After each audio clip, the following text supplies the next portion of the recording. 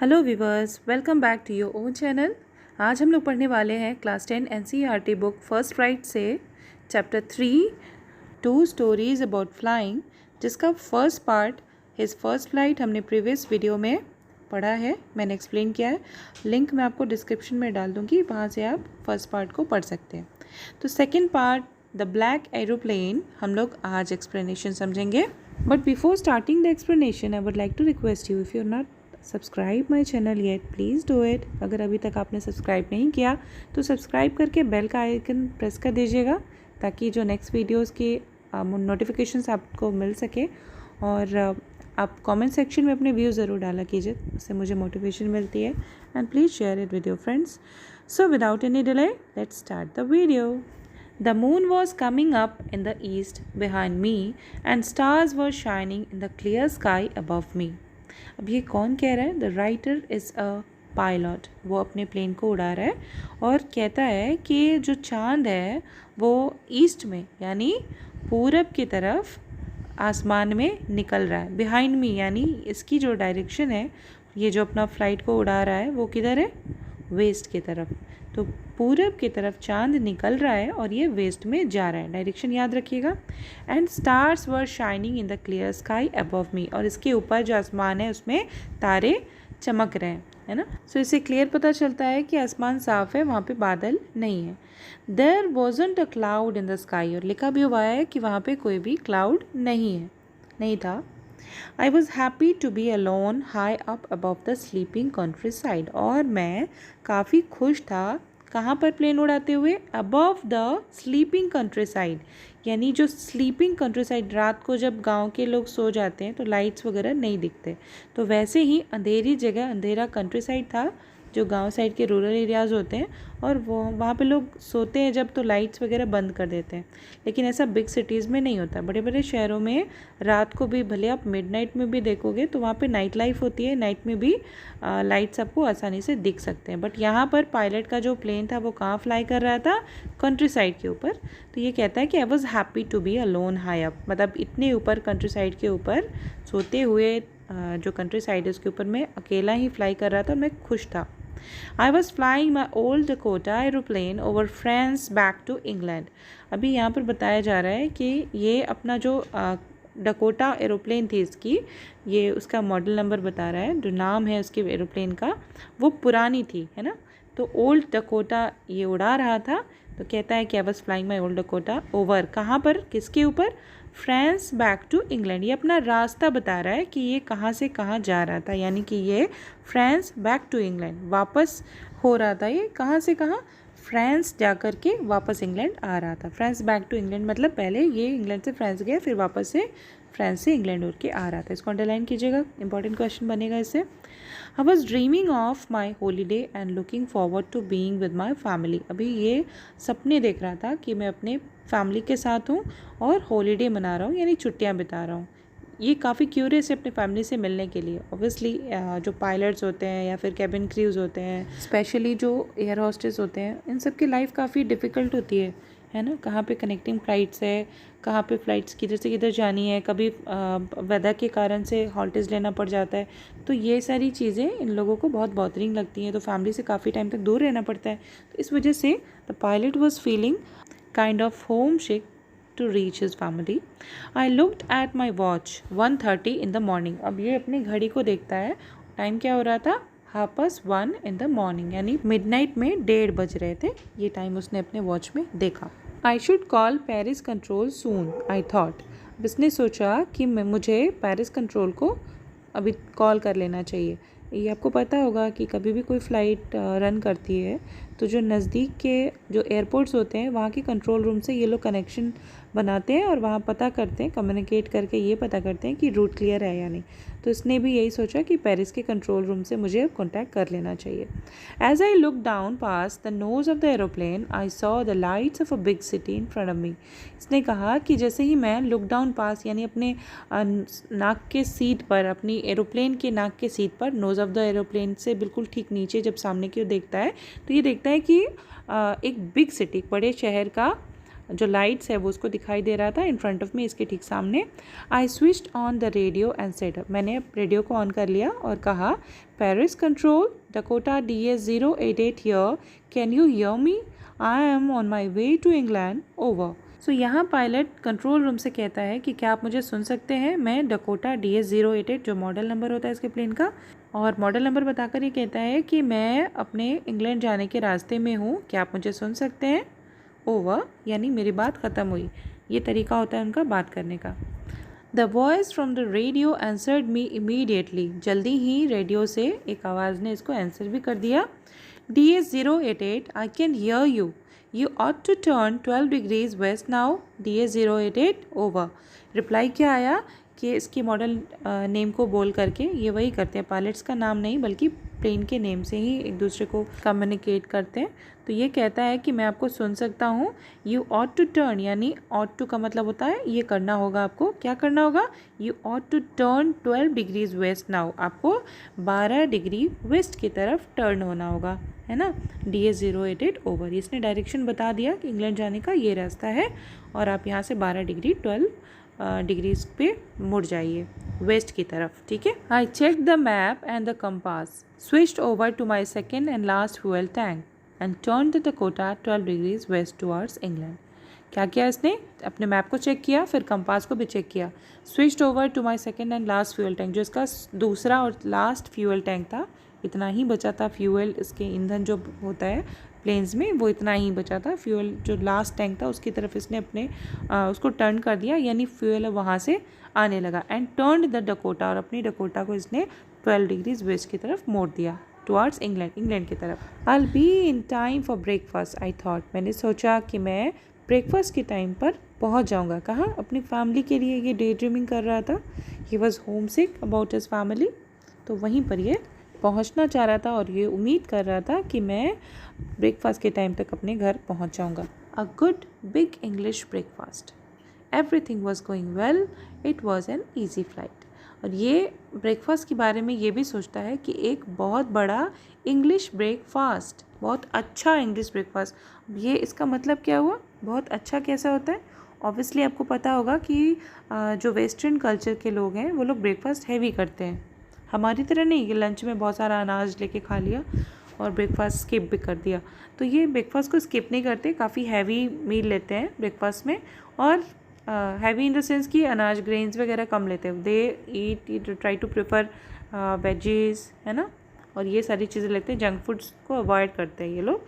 तो ये कह रहा है कि बिग इंग्लिश ब्रेकफास्ट यानी काफ़ी हैवी ब्रेकफास्ट में खाऊंगा। ऑब्वियसली इसको भूख लग रही है, इट मीन्स ऐसा कहने का मतलब ही है, एक्सक्लेमेशन मार्क के साथ ये बात कही है इसने। इस मीन्स कि ये इमोशंस के साथ अभी होम सिक फील कर रहा है घर जा कर के, इसको खाना है तुरंत। एवरीथिंग वॉज गोइंग वेल, सब कुछ अच्छा चल रहा है अभी तक। It was an easy flight, तब ये कह रहा है कि ये अच्छी फ़्लाइट थी, ईजी फ्लाइट यानी आराम से सब कुछ चल रहा था। Paris was about 150 kilometers behind me when I saw the clouds. जब मैंने बादलों को देखा, पायलट कहता है कि जब मैंने बादलों को देखा तो पेरिस वहाँ से मेरे 150 किलोमीटर पीछे छूट चुका था, यानी पेरिस से ये 150 किलोमीटर्स आगे बढ़ाया था। पेरिस क्या है? फ्रांस की कैपिटल है, ये आपको पता होगा। और ये वहीं से उड़ करके कहाँ जा रहा था? इंग्लैंड जा रहा था। स्ट्रॉम क्लाउड्स, कैसे बादल दिखे इसको जब ये 50 किलोमीटर्स आगे बढ़ गया पेरिस से? स्ट्रॉम वाले यानी तूफ़ानी बादल। दे वर ह्यूज, काफ़ी बड़े थे वो। ह्यूज मतलब बहुत बड़ा। They looked like black mountains standing in front of me across the sky. कैसे दिख रहे थे ये बादल? ब्लैक माउंटेन्स यानी बड़े बड़े काले पहाड़ की तरह वो मेरे ठीक सामने दिखाई दे रहे थे। स्टैंडिंग इन फ्रंट ऑफ मी मतलब ऐसे लग रहा था जैसे वो काले पहाड़ इसके ठीक सामने खड़े हो, है ना।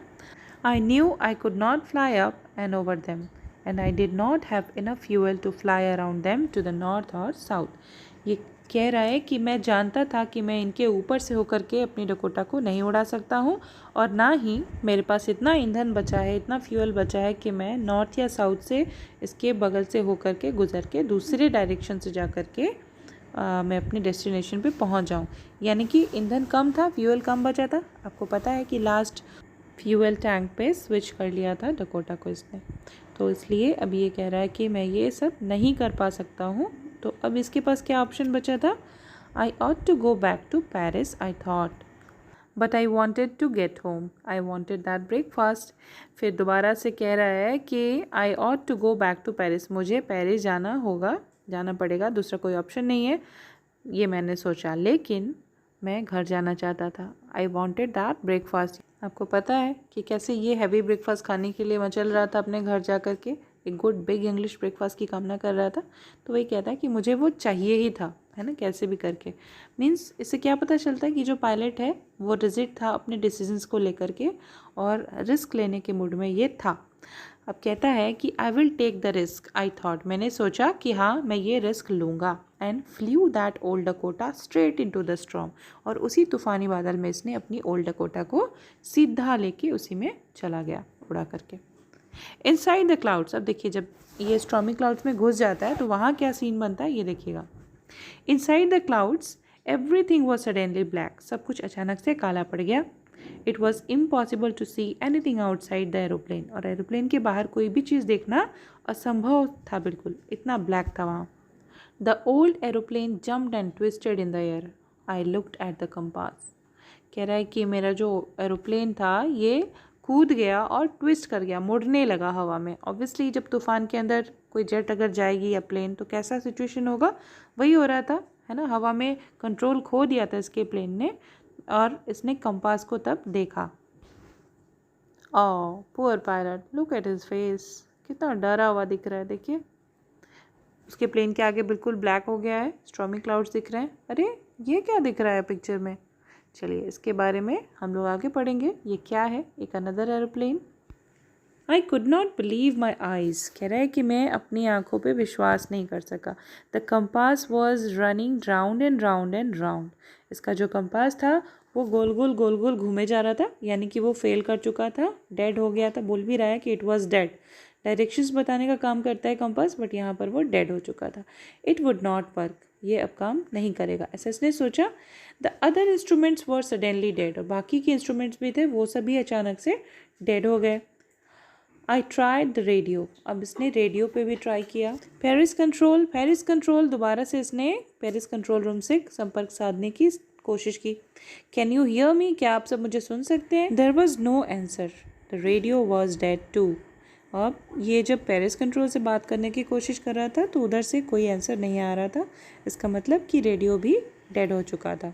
आई had no radio, no compass and I could not see where I was. कह रहे कि ना तो मेरे पास रेडियो था, ना कंपास था, ना तो मैं ये देख पा रहा था कि मैं कहाँ पर हूँ. यानी I was lost in the storm. मैं उस तूफ़ान में गुम हो चुका था, खो गया था. Then in the black clouds quite near me. उन काले बादलों में ठीक मेरे पास क्या हुआ. I saw another aeroplane. एक और दूसरा एरोप्लेन इसको दिखाई देता है. It had no lights on its wings. उसके भी विंग्स पर लाइट्स नहीं थे. But I could see it flying next to me through the storm. लेकिन मैं फिर भी उस प्लेन को देख पा रहा था मेरे आगे उसी तूफ़ान में उड़ते हुए. आई could see the pilots face. और मैं पायलट के फेस को भी देख पा रहा था. Turn towards me. और वो उसका जो चेहरा था मेरी तरफ मुड़ा हुआ था. I was very glad to see another person. He lifted one hand and waved. कह रहे कि मैं काफ़ी खुश हो गया किसी और पर्सन को देखकर. वहाँ पर होता है जब आप मुसीबत में हो तो आपको लगता है कि मैं अकेला हूँ, बट आपको अचानक से कोई और दूसरा दिख जाए तो भले ही वो स्ट्रेंजर क्यों ना हो, अजनबी क्यों ना हो, आपको काफ़ी अच्छा फील होता है. आपको लगता है कि चलो ओ गॉड, थैंक गॉड, मैं अकेला नहीं हूँ, मेरे साथ कोई और भी हो यहाँ पर. ही lifted one hand and waived. अब यहाँ पर ये देखता है कि उस पायलट ने इसको देख करके हाथ ऊपर उठाया, lifted his hand and wave किया, यानी हाथ हिलाया, इसको देखकर इशारा किया. Follow me he was saying. Follow me. अब ये कह रहा है कि मुझे सुनाई भी दिया कि फॉलो मी, यानी मुझे फॉलो करो, ऐसा वो पायलट इसको कह रहा था. He knows that I am lost. I thought. मैंने सोचा कि शायद उसको पता है कि मैं गुम हो चुका हूँ, खो गया हूँ. He is trying to help me. और वो मेरी मदद करने की कोशिश कर रहा है. He turned his aeroplane slowly to the north. उसने अपनी प्लेन को नॉर्थ की तरफ धीरे से मुड़ाया. ये सब देख रहा है और इसको लग रहा है कि वो आवाज़ भी दे रहा है, इसको सुनाई भी दे रही थी उसकी आवाज़. He turned his aeroplane slowly to the north in front of my Dakota so that it would be easier for me to follow him. ऐसा उसने इसलिए किया, इसको दिखा करके वो मुड़ा ताकि ये आसान हो जाए इसके लिए उसको फॉलो करना और उसको ये ऐसा लग रहा था कि वो जानबूझकर ऐसा कर रहा था ताकि मैं उसको फॉलो कर सकूं। I was very happy to go behind this strange aeroplane like an obedient child.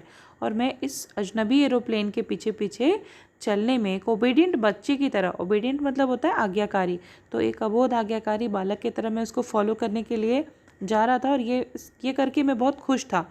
अब इसको बच्चा बन के खुशी मिल रही थी, लाइक बच्चा इन द सेंस कि वो ओबीडियंट चाइल्ड, एक आज्ञाकारी बालक की तरह उसको फॉलो कर रहा था और इस वजह से इसको खुशी थी। खुशी फॉलो करने की नहीं थी, खुशी इस बात की थी क्योंकि इस मुसीबत से कोई तो आ गया था इसको बचाने के लिए, है ना। He was a saviour. After half an hour, the strange black aeroplane was still there in front of me in the clouds. आधे घंटे तक ये दोनों प्लेन उड़ान करते रहे और आधे घंटे बाद भी ये काला जो एरोप्लेन इसको दिख रहा था वो बिल्कुल इसके सामने ही था, है ना। अभी भी ये उसके पीछे पीछे उड़ रहा था। Now there was only enough fuel in the old Dakota's last tank to fly for 5 or 10 minutes more. अब क्या हुआ, आधे घंटे उड़ने के बाद सिर्फ 5 या 10 मिनट उड़ने के लिए ही फ्यूल इसके ओल्ड डकोटा में बचा था। I was starting to feel frightened again. दोबारा से मुझे डर लगना शुरू हो गया था। But then he started to go down and I followed through the storm. और लेकिन तभी क्या हुआ, वो जो सामने ब्लैक एरोप्लेन दिख रहा था वो नीचे जाना स्टार्ट हो गया और तब इसने उसको फॉलो करना जारी रखा। Suddenly I came out of the clouds and saw 2 long straight lines of lights in front of me. अचानक से क्या हुआ, क्लाउड्स के बाहर ये आ गया, है ना। जो इसकी ओल्ड डकोटा थी इसके साथ ये क्लाउड के बाहर निकल गया, बादलों से बाहर। अब इसको क्या दिख रहा था वहाँ से, long straight lines, 2 long straight lines, यानी 2 लंबी लंबी सीधी रेखाएं किसकी, लाइट्स की, इसके ठीक सामने दिख रही थी। It was a runway, runway था ये, है ना। ये लोग एक एयरपोर्ट पे पहुंच चुके थे। An airport, a runway.